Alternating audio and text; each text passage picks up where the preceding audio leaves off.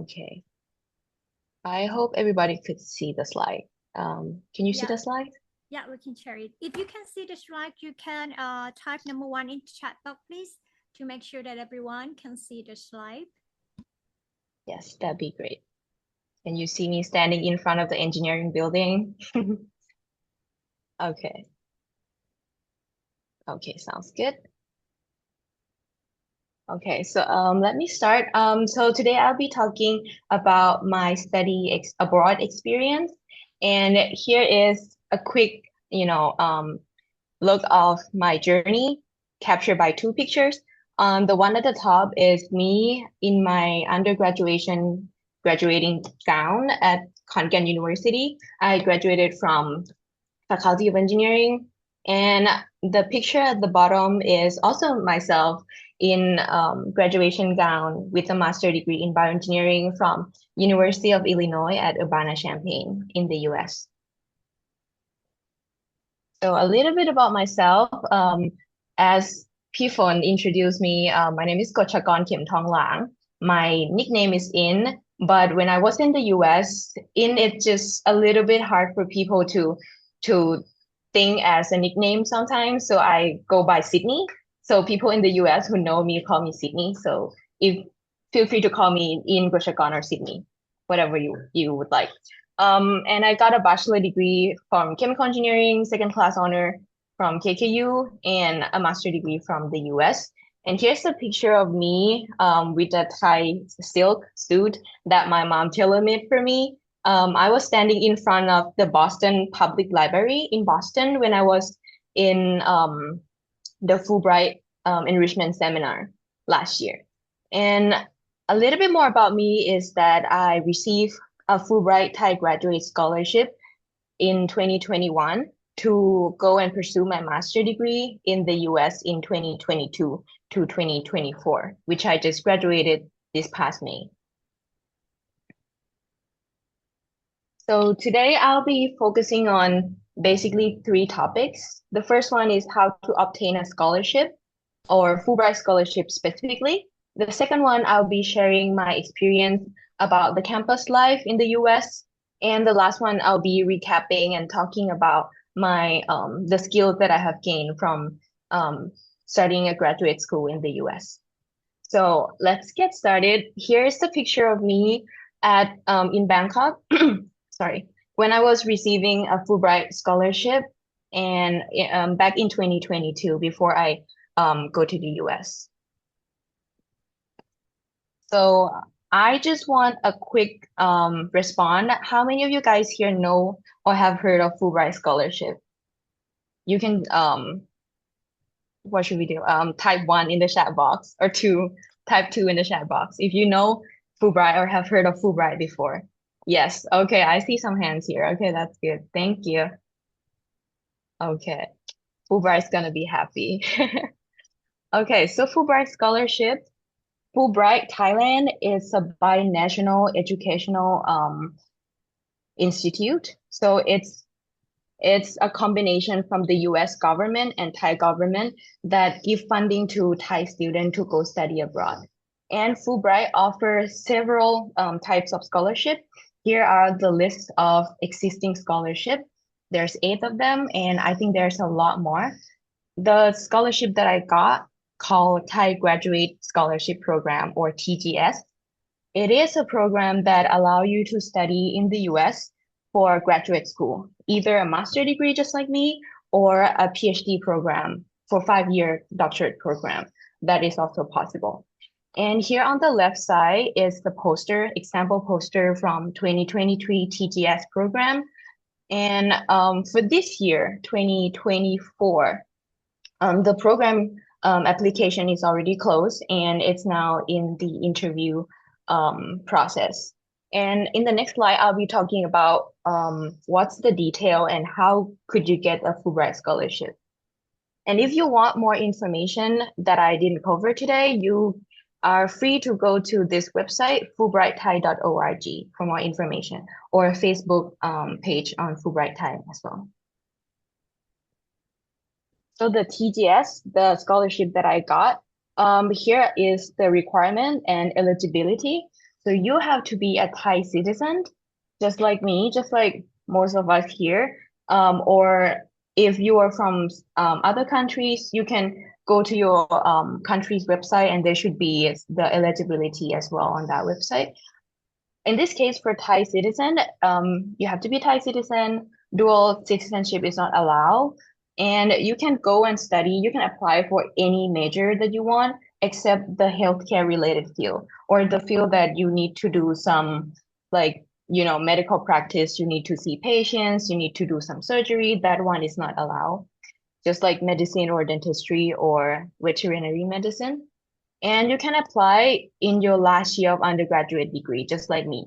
So when I was in my fourth year at KKU, I applied to the scholarship and then I got a scholarship right after I graduated. And there's no age limitation on this scholarship. So you can work for 5 years, 10 years and apply for Fulbright. That is also possible as well. For a master degree, if you want to apply to study a master degree just like me, you need to have an undergrad GPA of 3.0 or above, and the TOEFL and IELTS, either one of them, as showed here. And for a PhD, master degree GPA of 3.5 and above, and a little bit more of the TOEFL and IELTS score. For the detail, if you were granted a Fulbright scholarship, you will get a visa called J1 exchange visitor, which is a visa that gave to student who was funded by a scholarship. Was funded by a government. And you are allowed to work for 20 hours per week in a university related work. For me, I work also 20 hours per week and I work as a research assistant. So I was working in my field. I was working on my thesis at the lab in the university. So that one is allowed. And then in summer semester or after graduation, you can also work on something called OPT. You are allowed to work for paid job, unpaid job for 9 to 18 months. And this has to be approved by the Fulbright. And one more thing that is important here is that when you get a J1 exchange visitor visa type, you are subjected to 2 years home residency, which is sorry, which is 2 year. What is 2 year home residency?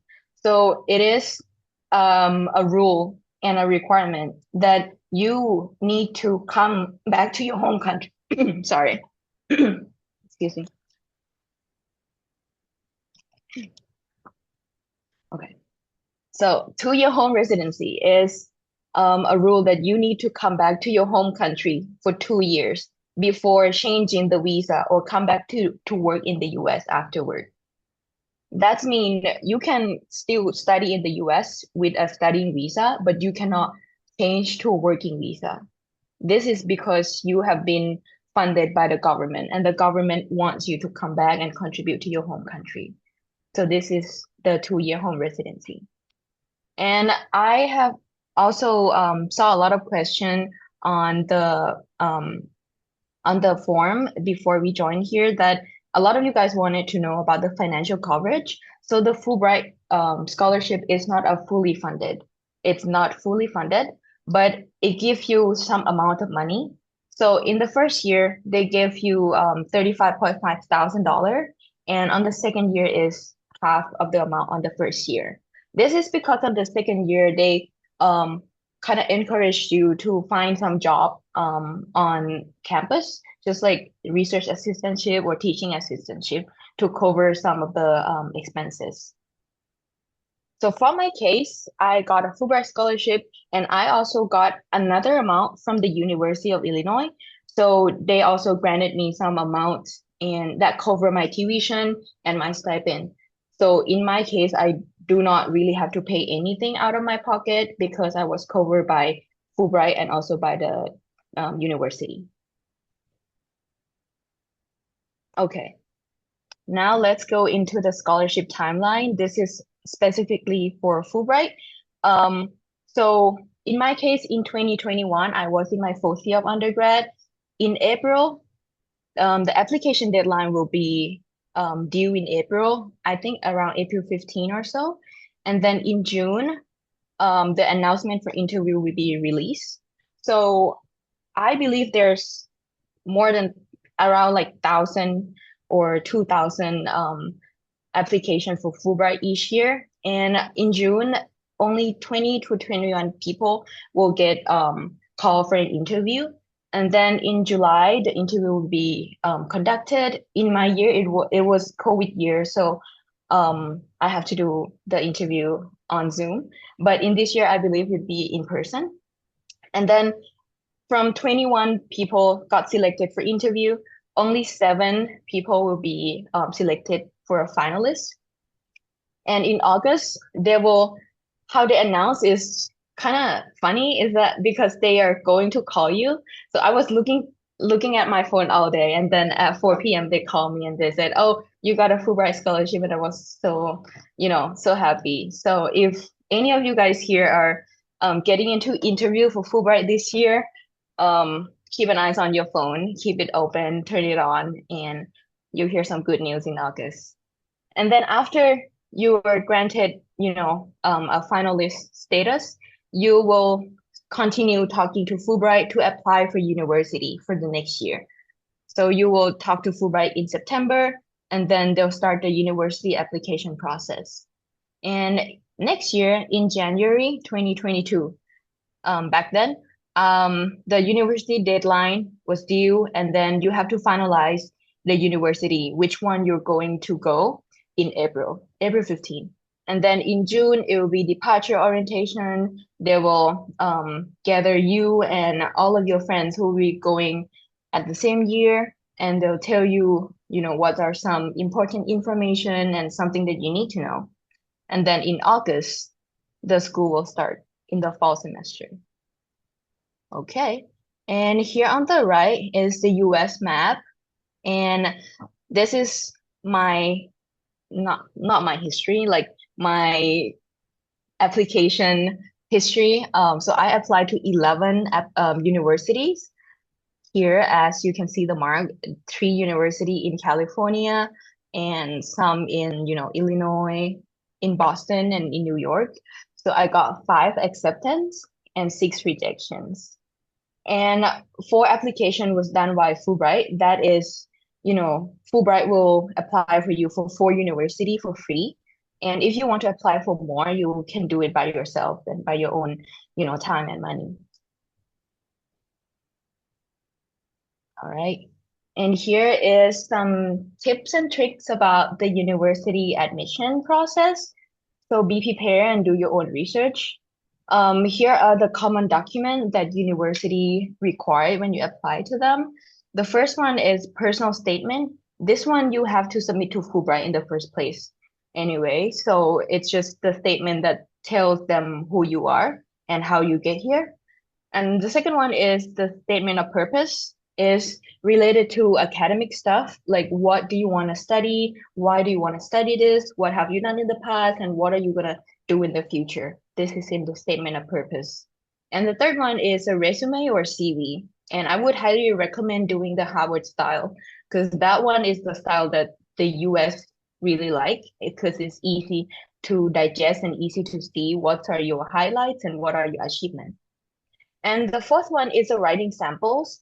This one is really dependent on the field. For me, engineering field, I don't really have to submit this writing sample. But for someone who study, let's say like English or some, arts in art major, or some writing literature, something like that, I think that might be some of the requirement might require you to submit the writing sample to see how can you write and how can you express your thinking and your thought. And for the fifth one is really important. It's a letter of recommendation. You usually submit at least 2 letter of recommendation, but I would highly recommend 3. So for me, I didn't have, when I was applied to Fulbright Scholarship, I didn't have any work experience at all because I was in my 4th year of undergrad. So all 3 of my referees who write the letter of recommendation for me are university professors who knows me well and who knows what I want to do in the future. And for the sixth one, it's also important part. It is English proficiency score or TOEFL or IELTS. TOEIC is not eligible for applying for university. So if you only have TOEIC score, you still need to take the TOEFL or IELTS test. And here's some tips for applying to grad school. I derive it into three tips. The first one is to reach out to the professor that you want and learn more from them, either emailing them or send them a message on LinkedIn, or if you know someone who could connect you or refer you to that professor. That is also a good approach as well. And for the second one is to reach out to the program itself.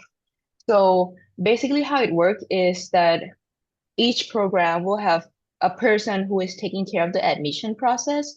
You can email them and ask to have a Zoom call with them and ask about, okay, how many international students in this program? What are the requirements to graduate? What are, the rate of student studying a PhD afterward, and something along that line. And for the third one is to reach out to current student or graduated student from the group that you want to study or the program that you want to study, because those students will tell you everything that is not on the website, and it's a really good resources to learn a real thing about that university. And here the picture here is just an example of, in my case, I made the chart, the kind of like Excel sheet to summarize, which university I want to apply, how much is the application fee, because that is also a big portion. It's getting higher and higher, more expensive each year. And there are different deadlines as well, which is usually around, 1st of December or 15th of December. And what are the requirements for the TOEFL score? Each university have different, standards and everything. So make a list or something that look like this that gives you the big picture of what you want to apply. That's a really good practice to do. All right. So that is a little bit about the Fulbright. I would be welcome for any question afterward, but now let's get to my campus life in the United States.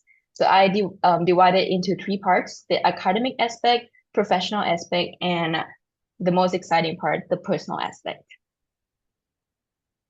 So the first one, here is the picture of me and my friends at the thing called pre-academic program. So every Fulbrighter, not every Fulbrighter. Okay, so when you are Fulbright and you are going to the US, Fulbright will host a 3-week program called a pre-academic program for you before you go to your real university. For myself, before I go to University of Illinois, I have spent 3 weeks at Kansas State University English department to learn more of like academic English and how the university system in the US works. So here are all my friends who are Fulbrighter on their first year going to their real university as well. And we just got to spend time together. That's so good, like 3 weeks, and we have learned intensive English class and we have some presentation. But most importantly, I think for this experience that I got is that I met a lot of people from a lot of countries. So ranging from, Mexico, Colombia, Korea, everywhere. Like they're all here, 28 or 30 of us around are here at the same time. So this is one of the exciting experience. Another one is then after I finished my 3-week pre-academic program, I went ahead to my home university, University of Illinois at Urbana-Champaign. So where I pursue my master degree. Here is a picture of me at the alma mater. The alma mater, if we compare with KKU, it'd probably be ศาลเจ้าพ่อมอดินแดง which is something that draw people together, or some like symbolic statue at the university that people take picture with. So here's the alma mater at the University of Illinois. And here's me with the department side. The first one was myself on the first day of school, and the last one was also myself in my last day of school. That's time flies, like 2 years flies so fast. And the last one on the right, most right, is the class that I was taking. I was taking the biosensors class, and this professor in a blue sweater is my advisor and also a teacher in that class as well. So the graduates class, for master and PhD student, there's going to be a really small number of student in that class, and here are all of us in that class. So we have a really good time discussing, talking to each other, and we got all the attention from the professor as well. And as you can see, University of Illinois has a lot of international students as well. I believe there's more than 50% of international students. As you can see just from this picture, a friend close to me is from Taiwan, from China, from Kazakhstan. So we are all around the world at University of Illinois. And this is also another interesting part of my story. I was a master's student, which I was a part of a research lab called a nanosensors group led by Professor Brian Cunningham, who is here on the most left. And this is all of us in the same research group. There is about 14 or 15 of us, PhD student. I was the only master student, so I was really privileged to be in this group to learn from a lot of PhD student and postdoctoral associates.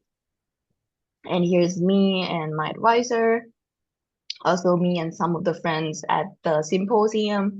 And this is me holding my thesis product. So I was building a microscope into a really small size, like a textbook size.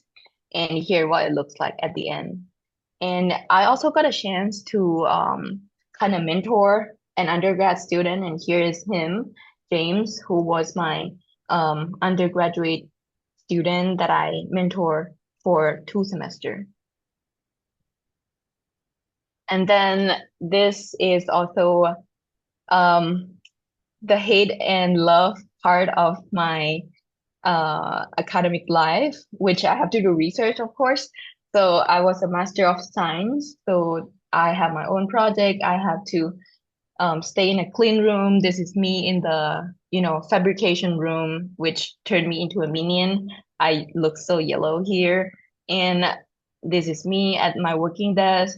This is my friend Luke at the storeroom where we can go and buy everything we want, like, the vial, the pipette or beaker, anything you want, you can just go and grab it from here. This is also me at the working bench, and this is me at the SEM or scanning electron microscope room.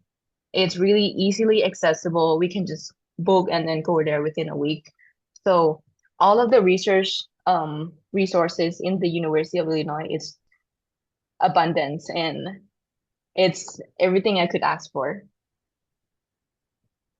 And then this is the professional part. So the Fulbright offer a whole, professional experience in starting from the Fulbright Student Association on campus, which you can see here on the right-hand side on this screen-ish picture. This is Fulbright from University of Illinois. So we are all from different countries, from, Turkey, Algeria, Palestine, India, Thailand, South Korea, Vietnam, a lot of countries. So in the same university, we also have the Fulbright Association. That's how we stay connected. And on this picture at the bottom, we also host another reading day event where we gather together and we prepare for our final exam together. And another interesting part was the Fulbright Enrichment Seminar. So every year, the first year Fulbright student will get a chance to join the enrichment seminar in a lot of cities around the US. So I picked the seminar related to healthcare because I was working in bioengineering degree. So I picked this event that hosted in Boston. And So I get to go to Boston for 5 days for free, and I met a lot of friends around the US who are Fulbrighters. And here's a picture of us from ASEAN, a lot of ASEAN countries, and we were thinking of like doing some pictures, so we were holding hands like that on the picture and taking pictures. And this is also me and my group that we worked together during that enrichment seminar. All right, and then let's go back to University of Illinois. They also offer a lot of professional experience, including the Technology Entrepreneurial Center. It is a center at the School of Engineering that encourage and support students in launching their own product and their own startups. So this is something that I got really interested and get involved too as well. And another thing is the Silicon Valley Entrepreneurship Workshop. If you join the TEC Center, the Technology Entrepreneur Center, they will host the Silicon Valley trip that you could get a chance to fly to Silicon Valley in California and meet tons of, entrepreneur and alumni who are CEO, co-founder, and founder at a lot of company. As the picture showed here, we went. So I was here. There's 25 of us each year that get selected from University of Illinois to go to this trip. And we went to the company called Safiet. They make a diagnostic tools that is cover from COVID disease, herpes, and everything in diagnostic field. So we get a chance to go to this company. We went to YouTube. So YouTube was also originated from University of Illinois, Yahoo as well, and PayPal.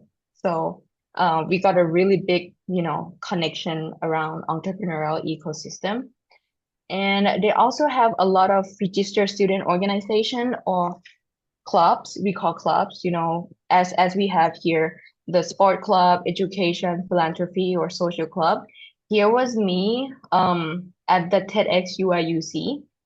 I was also a part of, an organizing staff that hosts a TEDx UIUC, because when I was back in KKU, I also was a program manager at TEDx Content U as well.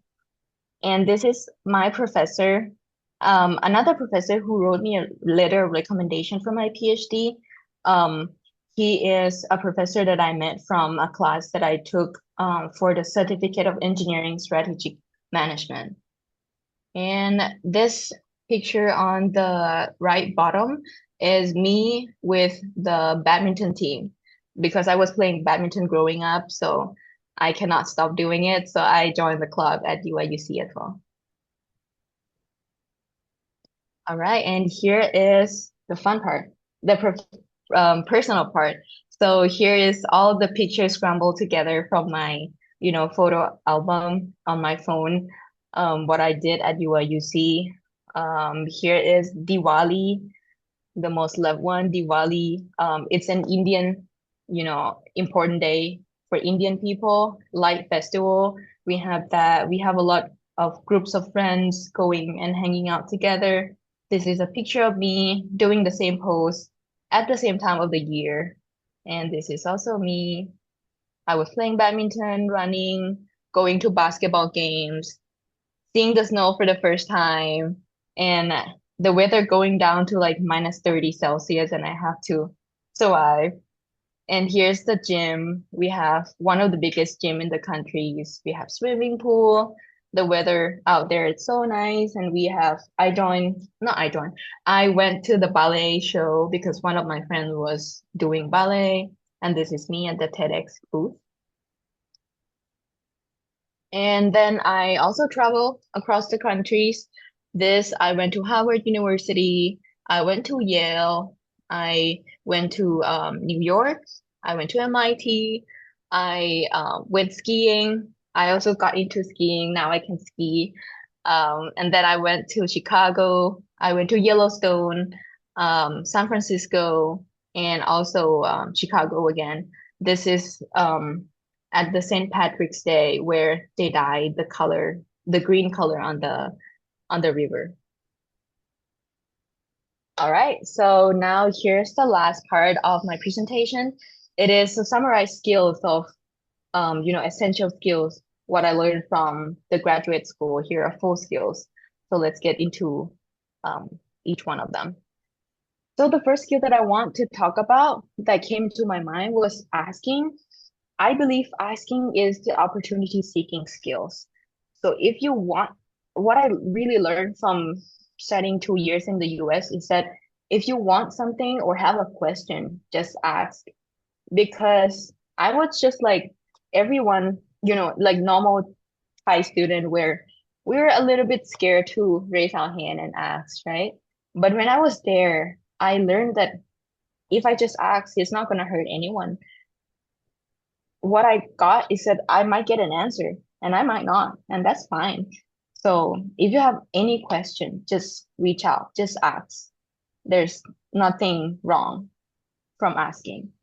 So here is some example of what I got from asking.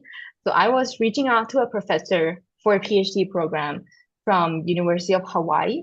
So I reached out to him on LinkedIn. So I would highly recommend every one of you guys to um, use LinkedIn. That is something that people in the US, academic ecosystem use.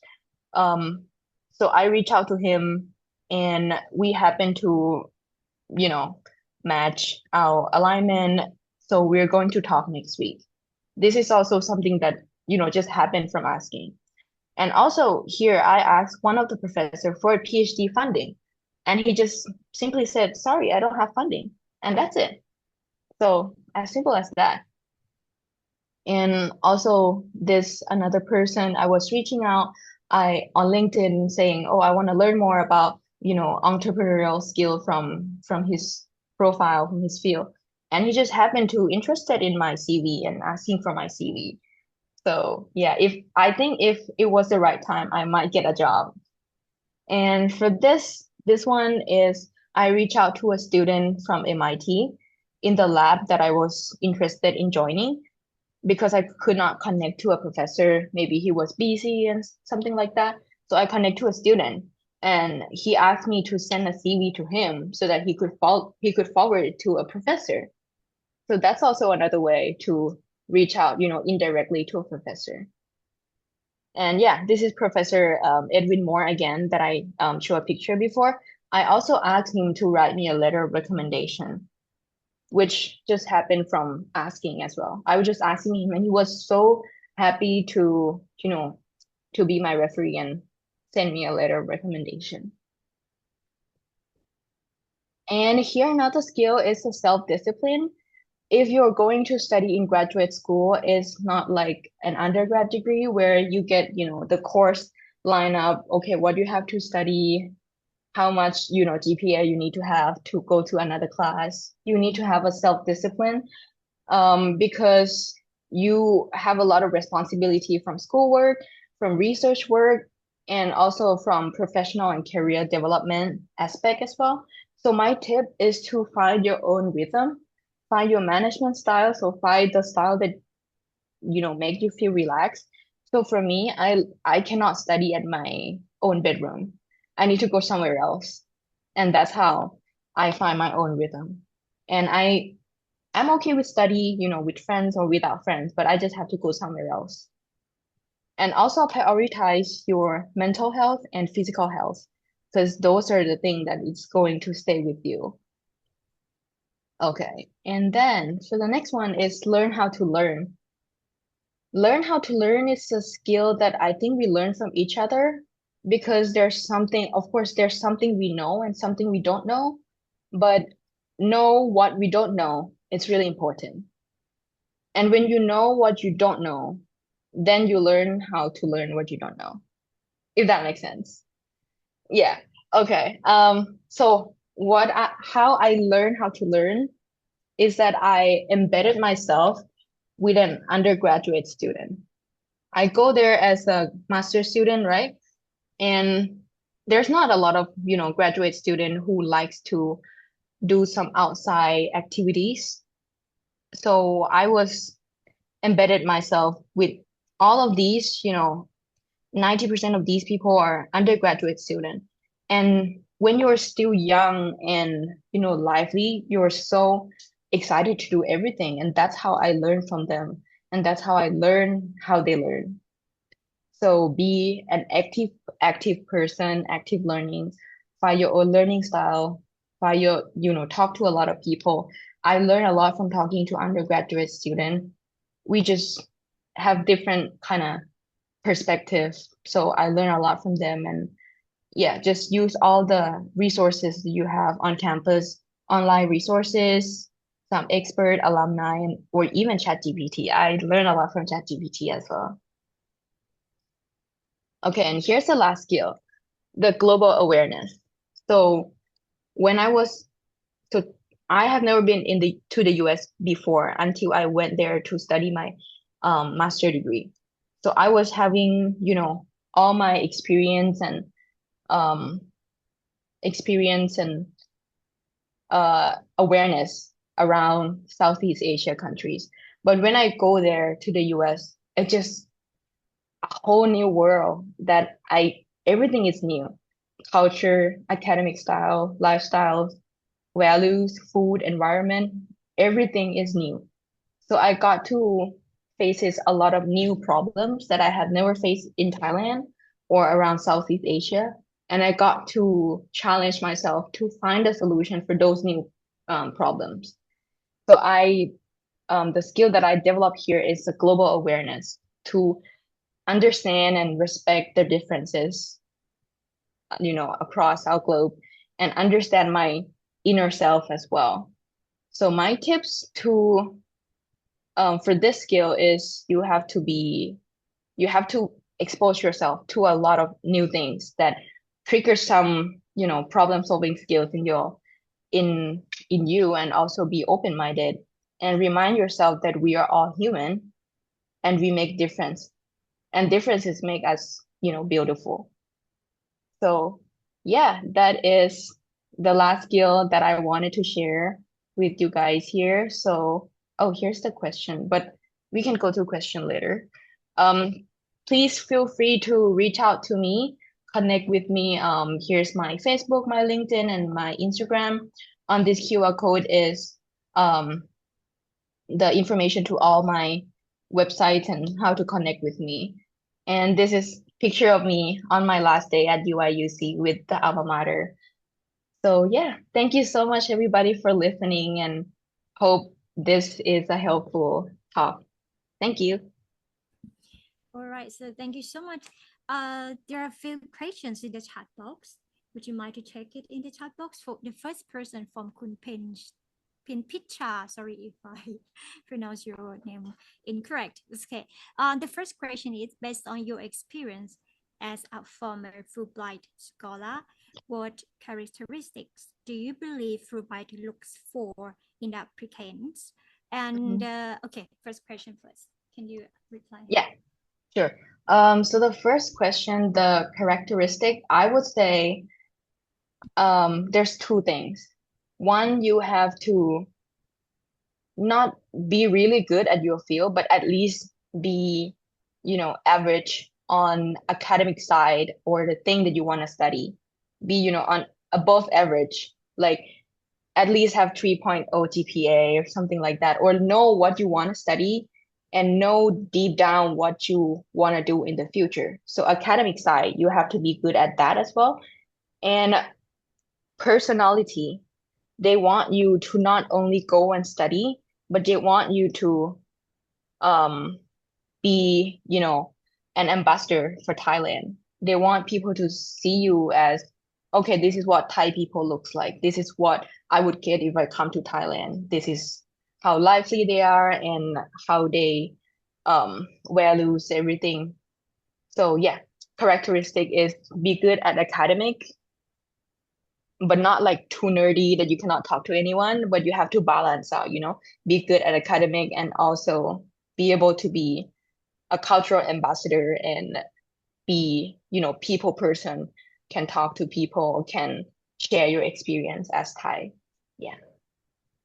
All right. And the second question, could you share your experience with how the Fulbright scholarship covering living expenses I'm considering the graduate school for my PhD, and the scholarship typically provides funding for 2 years. Would being a TA or RA be sufficient, or did you find it necessary to secure additional funding through research grant as well? Yeah, okay. So this is also important part because Fulbright Thailand only cover 2 year. Either you do PhD or master, they're just gonna cover for 2 years. So in my cohort, there's one student who is doing a PhD with Fulbright. So the first 2 year, some amount of expenses is gonna be covered by Fulbright, but then you can also get a RA or TA to cover your expenses as well. How it works in the US is that if you get a TA or RA, your tuition will be automatically waived. So you don't have to pay any tuition at all. And you'll get additional stipend as well. So in my case, on my second year of a master degree, I got a RA. So my tuition was completely waived, like zero. And then I got additional stipend. So that's how it works over there. So most PhD students get RIA or TA usually. So, but the thing is that you have to talk to a professor if any professor would want to have you as a TA or RA, because you need to get, an appointment with the professor to get TA or RA. So I would highly recommend uh going with Fulbright and also talk to professor if they have TA or IA position available to cover your living stipend. All right. So this is the additional information. Actually, Fulbright offered a scholarship to people around the world, right? Not only from Thailand. So I put the link of the Fulbright website in the chat box. For other country, not if you're from Malaysia, from Indonesia, Myanmar, you can visit the website that I put in the chat box for checking the information if you would like to apply for the Fulbright scholarship. All right, so the next question from Kun Chanita. Okay, I will read it in English. So how to prepare for the application, and about time management of reading, and the do you have any extracurricular activity that you have to put it in the CV? This is for the first question. So when I was preparing for the Fulbright, I just go by the list of the document that I need to submit. Just like I mentioned in my previous slide, the personal statement, just go and see what they want you to write on there. It's all about the essay, actually. There's not much of writing to do. Personal statement of purpose. You also have to connect with which professor you want them to write the recommendation for you. And some extracurricular activities. I have TEDx Khon University. I also was a part of Chemical Engineering Student Union, and I was also doing some research with my undergraduate advisor as well. So those are some extracurricular activity that I put in there. I also play badminton for engineering school. So yeah, that just show them that I can study and I can also do something outside of school as well. Yeah, so I think anything outside of school is good. Okay. And the second question is, how did you adapt yourself when you're studying there? And what else? And is there any inspiration that you can get it done really while you're studying there? Yeah. So of course, I do struggle a lot because that was my first time going to the US, and I stayed there for 2 years and everything was new. So I definitely got a homesick because I was born in Khon Kaen. I went to, school in Khon Kaen, and I finished my undergrad in Khon Kaen. So 22 years of my life I spent in Khon Kaen. And then I just randomly moved to the US for 2 years for a master degree that I have to study as well, not like just traveling. So I have to adjust myself a lot. I struggle a lot. But what helped me through that was people back home, actually, Mm. my family, my friends. But I also have to balance between talking to people back home and talking to people living with me in the US. So I can stay in the present moment, like I don't just stay in the US, but all my mind and hearts and everything is in Thailand. That's not also a good thing to do. So I find friends in the US, I find activities to do. I went to badminton, I went to gym, I go, picnic and run and everything. So balance between people back home, people there, find something that you like to do, find activities, and just maybe the inspiration that, you know, have me finish this degree was looking back, looking back to when I was applying for this scholarship, like why do I want it? Um, when I was there, I also talked to a lot of students who want to apply for Fulbright, and that, helping them just helped me remind myself as well that, oh, I was, really want this scholarship, and now I'm here, and I cannot give up. So yeah, talking to people, doing a lot of activities, stay positive. Yeah. I guess you already answered this question. The question from คุณนัทธกฤษนะคะ Any suggestions on self preparation before going abroad for overseas studying, especially to New York City? All right, New York City is my favorite city. Um, so yeah, New York City, I went to New York City as well. Right. And I would say it's even crowded than Bangkok. Mm. It's, everything is so fast. Mm. And it's pretty expensive as well, but there's a lot of people living there and, live there for their whole life and they love it there. I would love to live in New York as well, but just for a short period of time. Mm. But for any suggestion on preparation before going abroad, I would say for New York City, learn about the area, which area is safe and which area is not safe. Because that's the thing in the US. If you just cross the street, this area was safe, but that area across the street is not safe anymore. So learn about the location, the area, and learn about how to travel around the city as well, because there's a lot of way to travel in New York City. But most importantly, you know, learn more about your safety. Yeah, because New York City is